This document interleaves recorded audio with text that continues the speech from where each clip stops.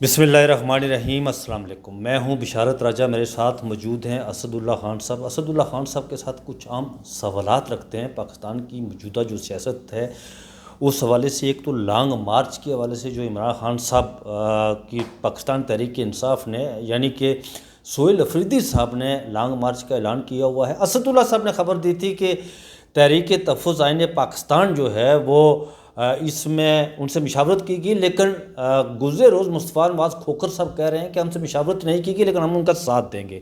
ایک تو یہ ان سے پوچھیں گے، پھر جو عمران خان صاحب کی صحت کے حوالے سے خبر بریک کی جاتی ہے، علیمہ خانم صاحبہ نے انہیں ٹاؤٹس قرار دے دیا، یہ اصل کہانی کیا ہے؟ اور پھر ان کے سامنے ایک اور اہم خبر، وہ خبر یہ ہے کہ محسن نقوی صاحب NA 168 یعنی بھاولپور سے ملک اقبال چنڑ ہے جی ہاں چنڑ، ان کی وفات ہوئی، وہ وہاں پر الیکشن ہونے جا رہے ہیں اسی سپٹمبر میں، وہاں سے وہ الیکشن لڑنے کے لیے جا رہے ہیں۔ وہ الیکشن کیوں لڑ رہے ہیں، اس کے پیچھے کہانی کیا ہے؟ اور جمعرات کے روز یعنی سہیل افریدی صاحب نے کہا تھا کہ ہمیں ملاقات کی اجازت دی جائے، ہم کوئی سیاسی بات نہیں کریں گے، اگر جمعرات تک ہمیں ملاقات کی اجازت نہ دی گئی تو پھر ہر چوک ڈی چوک ہوگا۔ اور پھر سلیم ماؤنڈی والا نے جو سینیٹر ہیں پاکستان پیپلز پارٹی کے، وہ ڈپٹی چیئرمین بھی رہے پچھلے دور حکومت میں، جی انہوں نے ایک انکشاف کیا ہے جی کہ عمران خان صاحب سے مل کر کوئی آیا ہے۔ وہ مل کر کون آیا ہے یہ بھی رکھیں گے، لیکن سب سے پہلے ہم شروع کرتے ہیں۔ یہ بتائیے جی اسد اللہ صاحب، ایک تو آپ کا شکریہ، آپ نے مجھے وقت عطا کیا ہے جی، کیونکہ آپ بہت زیادہ بزی ہوتے ہیں، مصروف ہوتے ہیں۔ یہ جو عمران خان صاحب کے حوالے سے لانگ مارچ ہے، یہ کہا جا رہا ہے کہ لانگ مارچ بڑا تاریخی ہوگا، کامیاب ہوگا اور حکومت جائے گی۔ اسد اللہ صاحب پھر یہ بتائیے کہ یہ ٹاؤٹس کی کیا کہانی ہے جی؟ لوگ خبریں بریک کرتے ہیں، وہ کہتے ہیں سپر فٹ ہے عمران خان صاحب، آپ جو خبریں بریک کرتے ہیں وہ غلط خبریں بریک کرتے ہیں۔ یہ ساری کہانی کیا ہے؟ اور پھر ہم محسن نقوی صاحب پر آتے ہیں موجودہ حکومت کے حوالے سے کہ انہیں کچھ اشارے بھی مل رہے ہیں کہ یہ ٹک نہیں پائیں گے۔ دیکھیں بشار صاحب، بہت شکریہ۔ پہلے تو بات یہ ہے کہ میری چند دن پہلے سہیل افریدی صاحب سے ملاقات ہوئی، اور بھی صحافیوں کی ملاقات ہوئی تھی، میری بھی ملاقات ہوئی۔ تو اس میں سہیل افریدی صاحب سے ملاقات کے بعد جو تاثر مجھے ملا وہ تو یہ تھا کہ وہ 1% بھی ان کو شک نہیں ہے کہ یہ لانگ مارچ ناکام ہو جائے گا۔ وہ کہتے ہیں یہ لانگ مارچ تو ہر صورت کامیاب ہوگا۔ اور میں نے ان سے پوچھا آپ اتنے یقین سے کیسے کہہ سکتے ہیں؟ تو انہوں نے کہا کہ آپ دیکھیے گا آپ کے 10-15 دن میں منظرنامہ بدل جائے گا۔ میں نے کہا وہ کیسے؟ تو انہوں نے کہا کہ ہم اسٹریٹ موومنٹ شروع کر رہے ہیں، ہم جہاں جائیں گے یہ نعرہ لے کر، کیونکہ یہ خان صاحب کے لیے نعرہ ہے تو لوگ ہمارا ساتھ دیں گے، اور ہم لوگوں کی ایک بہت بڑی تعداد کے ساتھ لانگ مارچ کے لیے اسلام آباد آئیں گے۔ وہ تو 2 ملین کہہ رہے ہیں نا۔ ہاں وہ تو 2 ملین کہہ رہے ہیں، لیکن 2 ملین نہ بھی ہو، آپ کو پتہ ہے کہ بے نظیر کے استقبال میں بھی 2 ملین لوگ نہیں تھے، لیکن وہ ایک بہت بڑا مجمع تھا۔ ٹھیک ہے، میں خود موجود تھا، بے نظیر صاحبہ 2007 میں جب یہاں پر آئیں تو بڑی تعداد میں لوگ تھے، اس سے پہلے 1986 کا بھی لوگ ذکر کرتے ہیں۔ تو میرا یہ خیال ہے کہ ایک موومنٹ بنانے میں تو بہرحال سہیل افریدی کامیاب ہو جائیں گے۔ اس کی وجہ یہ ہے کہ آج بھی وہ گئے ہوئے ہیں خیبر میں، اور بڑا اوور ویلمنگ رسپانس ان کو ملا ہے۔ اب اگر وہ سندھ میں نکلتے ہیں ادھر جاتے ہیں تو لوگوں کو ابھی تک لوگوں کو اصل میں یہ یقین نہیں آ رہا کہ یہ لانگ مارچ کریں گے، کیونکہ لوگ بددلی کی اس نہج پر پہنچ چکے ہیں کہ جہاں پر انہوں نے پچھلا پورا سال اس کیفیت میں گزارا ہے کہ لوگوں کو لگتا تھا یہ کچھ کریں گے ہی نہیں۔ اب لوگوں کے دماغوں میں یہ بات بیٹھ چکی ہے کہ یہ کمپرومائز نہیں، یہ کچھ نہیں کرنے والے۔ دوسری بات یہ کہ اس لانگ مارچ کے اعلان کے ساتھ ہی پاکستان جو تحریک انصاف کا جو اوورسیز ڈیجیٹل میڈیا ہے، جن کا انفلوئنس ہے ڈیجیٹل میڈیا کے اوپر، جو ڈیجیٹل میڈیا ہے اس کے اوپر PTI کا اوورسیز میڈیا انفلوئنس کرتا ہے اور ڈومینیٹ کرتا ہے، انہوں نے چونکہ پہلے دن سے یہ بات پھیلا دی کہ جی یہ تو کمپرومائزڈ ہے، یہ تو فلاں سے مل کے انہوں نے تاریخ دی ہے اور یہ کریں گے نہیں وغیرہ وغیرہ، اس سے اتنا ڈیمیج ہوا ہے کہ سہیل افریدی کو ڈبل زور لگانا پڑے گا یہ یقین دلانے کے لیے کہ بھائی میں کرنے والا ہوں لانگ مارچ، ٹھیک ہے۔ اور اب یہ وہ کرنا شروع ہو یہ گئے۔ آپس میں لڑتے کیوں ہیں دیکھیں پاکستان تحریک انصاف والے؟ جب لانگ، میں نے دیکھا جی اسد بھائی، جب لانگ مارچ کی یا کسی احتجاج کی وہ کال دی جاتی ہے تو پاکستان تحریک انصاف کے وہ اوورسیز ہوں یا یہاں پر لوگ ہوں، یہ آپس میں ایک دوسرے کی ٹانگیں کھینچنا شروع ہو جاتے ہیں، لڑنا شروع ہو جاتے ہیں، وہ ٹاؤٹ ہے، وہ کمپرومائزڈ ہے، وہ فلاں۔ ابھی دیکھیں وہ مشال یوسف زئی اور سلمان اکرم راجہ صاحب، پھر یہاں سے شہباز گل اور شفیع جان صاحب کے بیچ میں معاملات، پھر مزمل صاحب اور شہباز گل صاحب کے بیچ میں معاملات، یہ آپس میں لڑنا شروع ہو جاتے ہیں. تو اگر یہ منتشر الخیال ہوں گے تو پھر فوکس نہیں ہوں گے تو پھر سوال تو اٹھتے ہیں.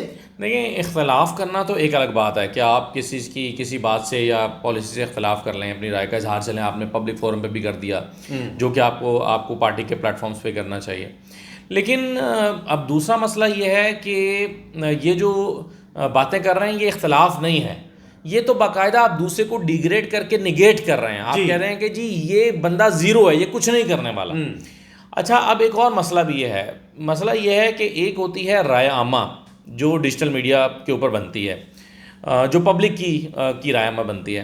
اب بشارت راجہ صاحب ایز اے جرنلسٹ آپ اور میرے لیے یہ بڑا آسان بات ہے کہ جو لوگ سننا چاہتے ہیں نا وہی بات ہم کریں, وہی کہہ دیں جو لوگ سننا چاہتے ہیں, تو لوگوں کے دھڑا دھڑ ویوز آتے ہیں. نہیں جو یہ مطلب آپ بات کر رہے ہیں کہ لوگ سننا چاہتے ہیں, اب لوگ اگر سننا چاہتے ہیں جی کہ سن لینا میرا آرگومنٹ کیا ہے. دیکھیں لوگ سننا چاہتے ہیں کہ پی ٹی آئی کی جو لیڈرشپ ہے کمپرومائزڈ ہے, سہیل آفریدی بھی کمپرومائزڈ ہے. لوگ سننا چاہتے ہیں کہ سہیل آفریدی نے کسی بڑے فوجی سے مل کر تاریخ دی ہے. اب لوگوں کو اگر یہ بتایا جائے نا کہ ہاں ایسا ہوا ہے تو لوگ خوش ہو جائیں گے اور کہیں گے دیکھا, یعنی کہ رائے عامہ اس طرح کی بن جاتی ہے.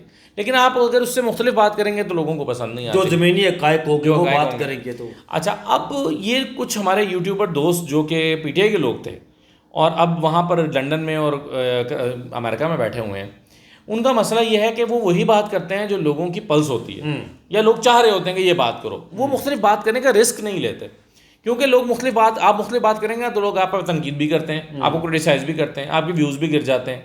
یہ رسک ہر بندہ نہیں لے سکتا, ہم لیتے ہیں.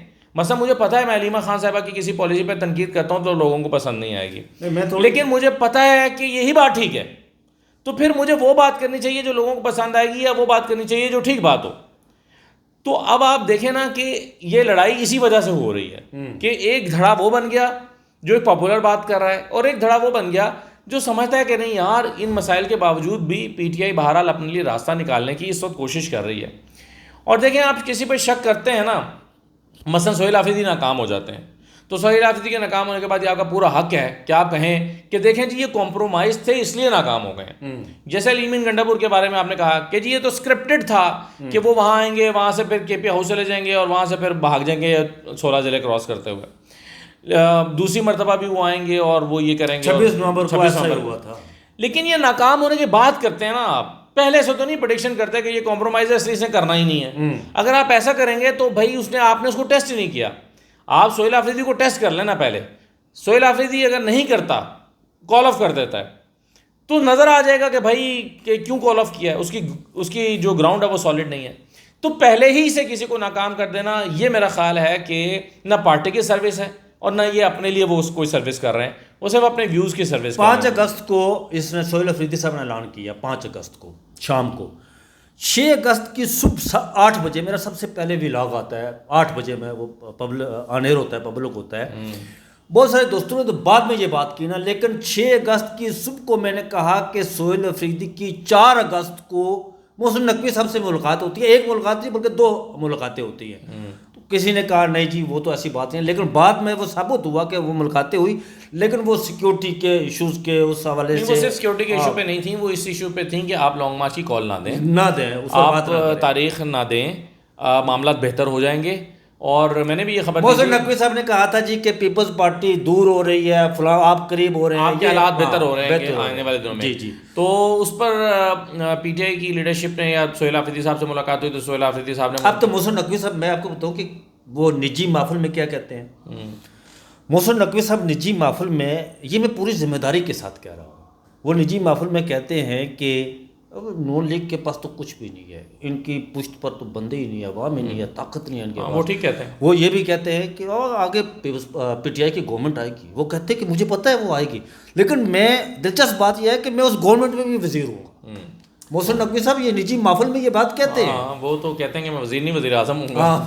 اچھا, لیکن محسن نقوی صاحب کی جو آپ بات کر رہے تھے نا سہیل آفریدی صاحب سے, دیکھیں وہ جو ملاقات کا کانٹینٹ میرے علم میں وہ یہ ہے کہ محسن نقوی صاحب نے انہیں کنونس کرنے کی کوشش کی کہ آپ لانگ مارچ کی کال نہ دیں, اور محسن نقوی صاحب کو جواب یہ دیا گیا کہ اگر آپ چاہتے ہیں کہ لانگ مارچ کی کال نہ آئے تو بہنوں کی عمران خان سے ملاقات کرا دیں اور خان صاحب سے پوچھ لیں کہ کیا کرنا چاہیے. خان صاحب کہیں گے نہ دیں تو ہم نہیں دیں گے, تو بہنوں کی ملاقات کرا دیں.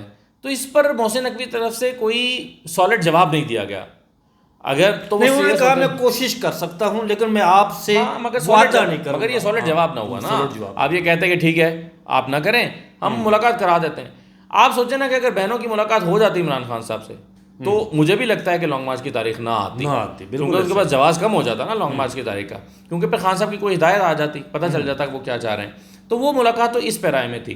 لوگ اس ملاقات کو, جو کہ میرے خیال میں ہونے میں کوئی حرج نہیں ہے, اس ملاقات کو لوگ ٹرول کرنا شروع کر دیتے ہیں سہیل آفریدی کو.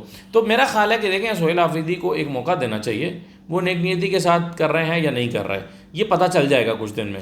اور ان کو اگر آپ موقع ہی نہیں دیں گے تو آپ کیسے سمجھتے ہیں کہ بھائی یہ بندہ کرے گا ہی نہیں, پہلے سے کہتے ہیں کہ یہ تو نہیں کرے گا, تو بھائی کرنے تو دو نا. آپ ایک شادی ہو رہی ہو, ایک شادی ہو رہی ہو, آپ پہلے کہتے ہیں اے کڑی نے نہیں وسنا یار, ٹرائی دے کرنے تو ہو سکتا ہے وس جائے. پہلے ہی آپ کہتے ہیں نہیں جی انہیں وسنا ہی نہیں ہے. بھائی آپ کس بنیاد پہ کہہ رہے ہیں کہ نہیں وسنا, شادی سے پہلے ہی بھائی ہو تو جانے دو نا ایک چیز. بالکل.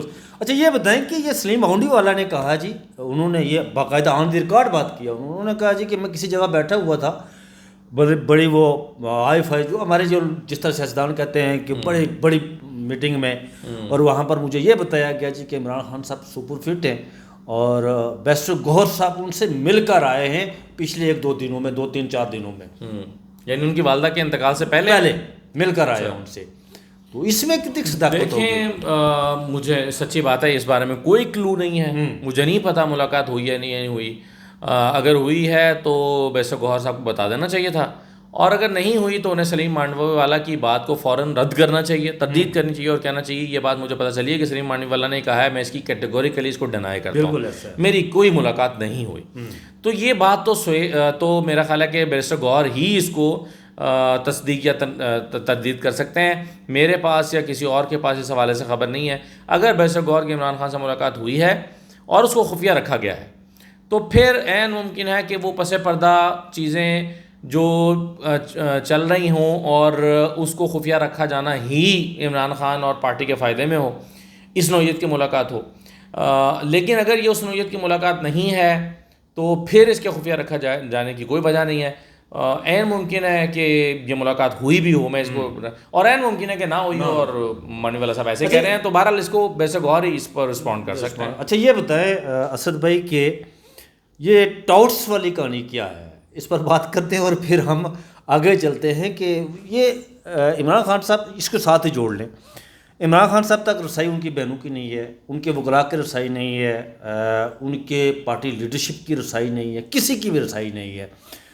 تو یہ خبر کہاں سے آئی کہ انہوں نے وہ اکبر ایس بابر کو یاد کیا یار, یہ کہانی کیا ہے؟ یہ تو خیر مذاق ہے بالکل. اکبر ایس بابر کا یہ دعویٰ کرنا یا ان کے بارے میں ایک صحافی کا یہ دعویٰ کرنا, آصف بشیر چودھری صاحب دیکھیں بڑے سینئر جرنلسٹ ہیں اور میں ان کا بڑا احترام کرتا ہوں, اور واقعی وہ قابل احترام جرنلسٹ ہیں. وہ اس طرح کے نہیں ہیں کہ کوئی جن کے بارے میں جن کی قابلیت پہ شک ہو. لیکن ظاہر ہے انہوں نے یہ بیان جو ہے وہ اپنی خبر کے طور پر چھاپا ہے یا اکبر ایس بابر کے دعوے کے طور پر چھاپا ہے, مجھے نہیں پتہ. لیکن یہ تو خیر مذاق کی بات ہے یہ کہ عمران خان اکبر ایس بابر سے کہیں, وہ اکبر ایس بابر جس نے پارٹی سے بلے کا نشان چھیننے کے لیے پورا زور لگوا کے کامیابی سے اس کو حاصل کیا ہو اور وہ پٹیشنر بنا ہو اس معاملے میں, تو اس پارٹی فنڈنگ کا کیس بھی اسے دائر کیا تھا اور عمران خان کو ناقابل تلافی نقصان پہنچایا, اور اس اکبر ایس بابر کو عمران خان انسٹرکشن دیں گے تو یہ بات لگا نہیں کھاتی. اس سے پہلے آپ نے کیا ٹاؤٹس والی بات آپ نے کی تھی. دیکھیں صحافی جو ہے نا, آپ بھی صحافی ہیں, میں بھی یہ دعویٰ کرتا ہوں کہ چھوٹا موٹا صحافی ہوں, لیکن صحافی کے بارے میں آپ یہ تصدیق کر سکتے ہیں کہ جب اس کے پاس خبر ہو اور اس کو اس خبر کی تصدیق ہو جائے, وہ خبر روک نہیں سکتا. بالکل ایسا ہی ہے. اور وہ یہ نہیں کر سکتا کہ وہ یہ سوچتا رہے بیٹھ کے کہ یہ خبر کس کے فائدے میں ہے اور کس کے نقصان میں ہے. وہ سوچتا ہے کہ یہ خبر ہے, وہ چاہے میں ہوں چاہے کوئی بھی ہو, اگر خبر ہوگی اور وہ تصدیق ہو چکی ہوگی تو وہ خبر روک نہیں سکے گا.